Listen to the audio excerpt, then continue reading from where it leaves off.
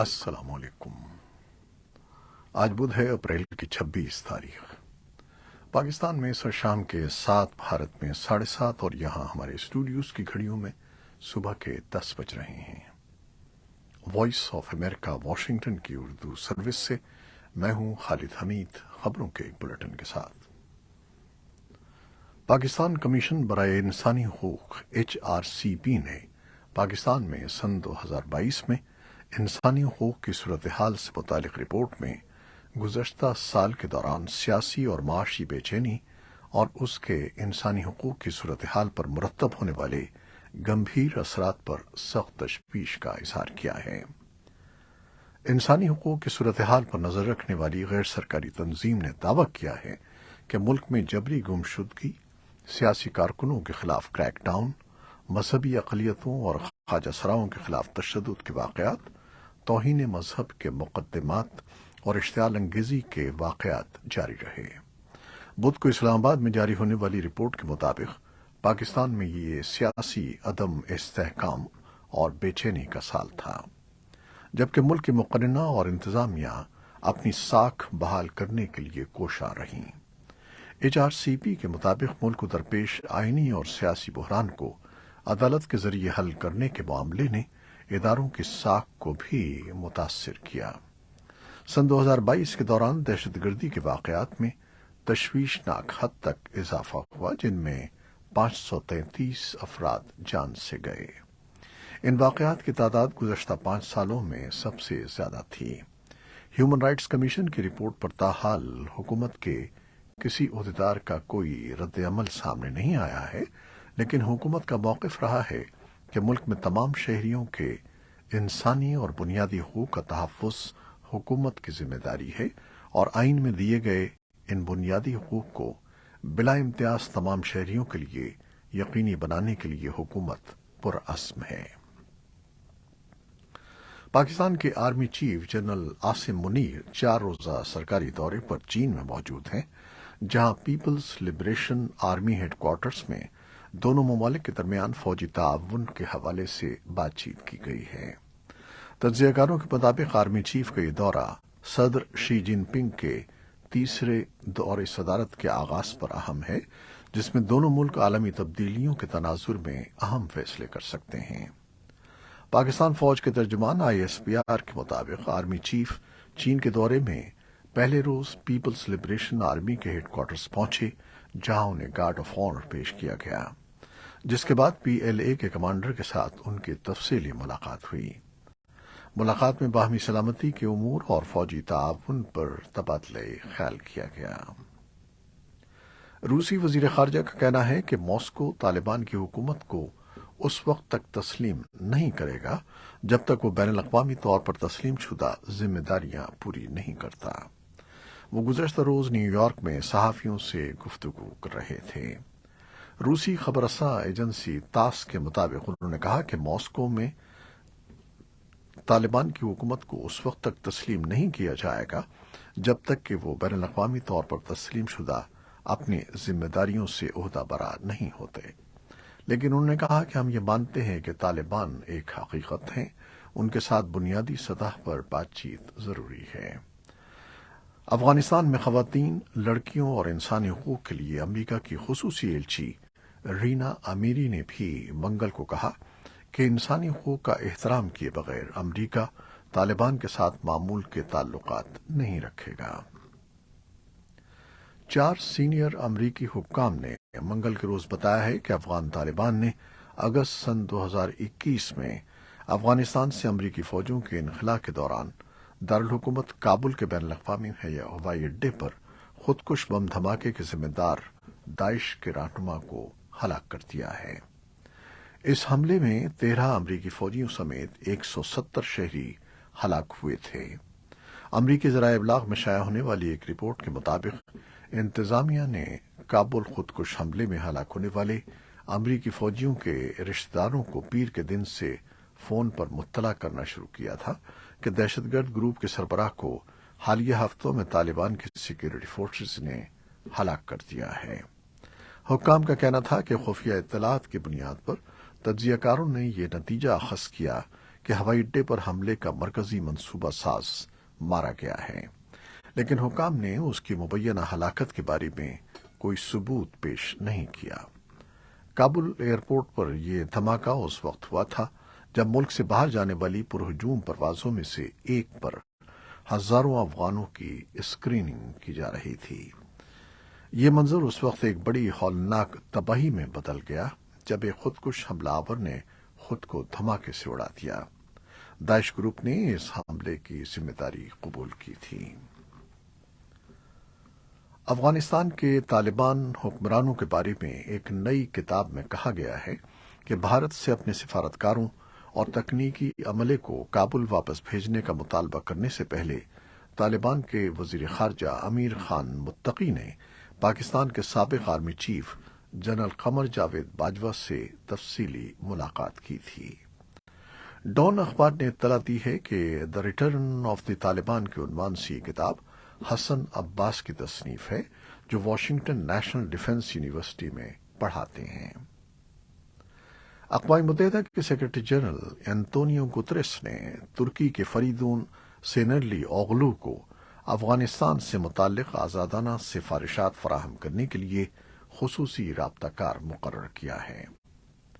اقوام متحدہ کے ترجمان کے دفتر نے اعلان کیا کہ بطور خصوصی کوآرڈینیٹر سینالیغلو ایک مربوط نقطہ نظر کے ساتھ اپنا جائزہ فراہم کریں گے۔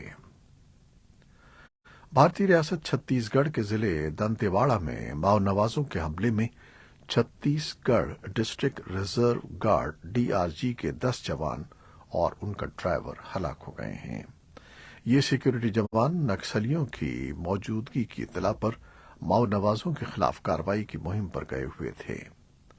رپورٹس کے مطابق 1 سال کے بعد اتنی بڑی کوئی واردات ہوئی ہے۔ ماؤ نوازوں نے بڑی مقدار میں دھماکہ خیز مادے کا استعمال کرتے ہوئے سیکیورٹی جوانوں کی منی وین کو اڑا دیا۔ DRG چھتیس گڑھ کی ایک اسپیشل پولیس فورس کا نام ہے جو مقامی قبائلی باشندوں پر مشتمل ہے۔ ان لوگوں کو ماؤ نوازوں سے مقابلے کی خاص ٹریننگ دی گئی ہے۔ امریکہ کی سپریم کورٹ کے چیف جسٹس جان رابرٹس نے سینٹ کی جوڈیشری کمیٹی کی اس سماعت میں شہادت دینے سے معذرت کر لی ہے جس میں عدلیہ کے ضابطۂ اخلاق پر بحث متوقع ہے۔ انہوں نے منگل کو کمیٹی کے چیئرمین کو تحریر کیے جانے والے خط میں یہ بات کہی ہے۔ خبر رساں ادارے رائٹرز کے مطابق کمیٹی کے ڈیموکریٹک چیئرمین ڈک ڈربن نے ججوں کے بارے میں اخلاقی ضوابط سے متعلق ممکنہ اصلاحات پر بات کرنے کے لیے چیف جسٹس سے کہا تھا کہ وہ کمیٹی کے سامنے پیش ہوں۔ سینیٹر ڈربن نے ججوں کے اخلاقی معیارات پر پورا نہ اترنے سے متعلق انکشافات کے ایک سلسلے کے پیش نظر یہ بات کہی تھی۔ چیف جسٹس جان رابرٹس کا کہنا تھا کہ وہ سینٹ کی کمیٹی کے دعوت نامے کو احترام کے ساتھ مسترد کر دیں گے۔ انہوں نے مزید کہا کہ چیف جسٹس کی جانب سے اس طرح کی پیشیاں شاذ و نادر ہی ہوتی ہیں اور ان سے امریکی حکومت کی تینوں برانچز کے درمیان اختیارات کی تقسیم کے بارے میں تشویش پیدا ہونے کا خدشہ ہے۔ امریکی سپریم کورٹ کے ترجمان نے جواب میں 5 صفحات پر مشتمل ایک بیان جاری کیا ہے جس میں عدلیہ کے موجودہ اخلاقی معیارات پر مبنی معلومات شامل ہیں۔ جرمن فضائیہ نے بدھ کو اطلاع دی ہے کہ 3 روسی فوجی جاسوس طیاروں کو بحیرہ بالٹک کے اوپر بین الاقوامی فضائی حدود میں روکا گیا ہے۔ جرمن حکام کا کہنا ہے کہ یہ طیارہ اپنے ٹرانسپونڈر کے بغیر پرواز کر رہا تھا، اسے جرمن اور برطانوی طیاروں نے روک لیا۔ منگل کو ناروے نے کہا کہ اس کی فضائیہ نے بحیرہ بینٹس میں پرواز کرنے والے روسی فوجی طیاروں کے ایک گروپ کی نشاندہی کی ہے۔ ناروے کی فضائیہ نے بتایا کہ یہ 2 بمبار، 2 ایندھن بھرنے والے ٹینکرز اور 3 لڑاکا طیارے تھے۔ یوکرین کی صورتحال کے بارے میں تازہ ترین اطلاعات میں بدھ کے روز برطانوی وزارت دفاع نے کہا کہ باخموت کے مغربی اضلاع میں مختصر فاصلے پر مار کرنے والے بھاری ہتھیاروں کی لڑائی جاری ہے۔ ٹویٹر پر پوسٹ میں وزارت نے کہا کہ گزشتہ ہفتے کے دوران یوکرین ایک اہم سپلائی روٹ کا کنٹرول برقرار رکھنے کی کوشش کر رہا ہے کیونکہ باخمود میں دوبارہ سپلائی کے دیگر اختیارات ممکنہ طور پر مٹی کی وجہ سے پیچیدہ ہو گئے ہیں۔ لیبیا کے ساحل کے قریب تارکین وطن کی 2 کشتیاں ڈوبنے سے 57 افراد ہلاک ہو گئے ہیں۔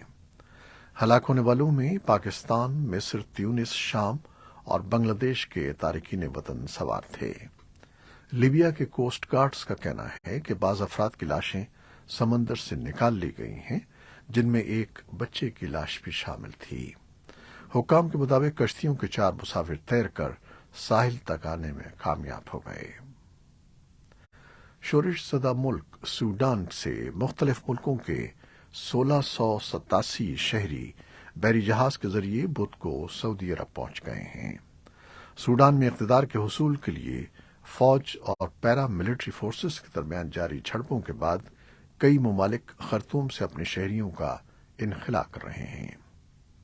بدھ کو سعودی عرب کے بحری جہاز کے ذریعے پاکستان، مشرق وسطی، افریقہ اور یورپ کے شہریوں کو سوڈان سے جدہ منتقل کیا گیا۔ جدہ پہنچنے والوں میں 37 کا تعلق پاکستان سے ہے۔ روس کے صدر ولادیمیر پوٹن کے گزشتہ سال کے یوکرین پر حملے کے بعد روس کی قیادت کے بارے میں عالمی رویوں میں ڈرامائی طور پر تبدیلی آئی ہے، جبکہ درجنوں ممالک میں آبادی کی بڑی اکثریت نے کریملن کے بارے میں ناپسندیدگی کا اظہار کیا ہے۔ گیلپ کی طرف سے منگل کو جاری کردہ ایک رپورٹ کے مطابق 137 ممالک اور خطوں میں ہزاروں لوگوں کے سروے سے ترتیب دیا گیا ڈیٹا ظاہر کرتا ہے کہ کریملن کے بارے میں موافق رائے میں واضح کمی ہوئی ہے۔ سروے کے نتائج کے مطابق عالمی سطح پر 57% جواب دہندگان نے کہا کہ وہ سن 2022 میں روسی قیادت کو ناپسند کرتے ہیں، جبکہ 1 سال قبل کریملن کی ناپسندیدگی صرف 38% تھی۔ صرف 21% جواب دہندگان نے کہا کہ وہ روس کی قیادت کو درست سمجھتے ہیں، لیکن پسندیدگی کا یہ تناسب بھی سن 2021 میں 33% کی شرح سے کم ہے۔ گیلپ سن 2007 سے عالمی رہنماؤں کے متعلق لوگوں کی رائے جاننے کا ڈیٹا مرتب کر رہا ہے۔ یہ تھیں وہ خبریں جو فیس بک لائیو پر ہم نے آپ کے لیے پیش کی۔ ہماری ویب سائٹ، یوٹیوب اور پوڈ کاسٹ پر یہ بلیٹن آپ کے لیے پوسٹ کر دیا جاتا ہے، جسے آپ بعد میں دیکھ سکتے ہیں اور سن بھی سکتے ہیں۔ آپ ہمارے بلیٹن کو شیئر کرتے ہیں اور اپنے کمنٹس میں اپنی محبتوں کا اظہار کرتے ہیں، جس کے لیے ہم آپ کے بے حد ممنون ہیں۔ اپنی ان کاوشوں کو جاری رکھیے گا۔ کیمرامین سید اصفر امام اور قذافی بابر اور نیوز ایڈیٹر قمر عباس جعفری کے ساتھ خالد حمید کو اب اجازت دیجیے گا۔ اللہ حافظ۔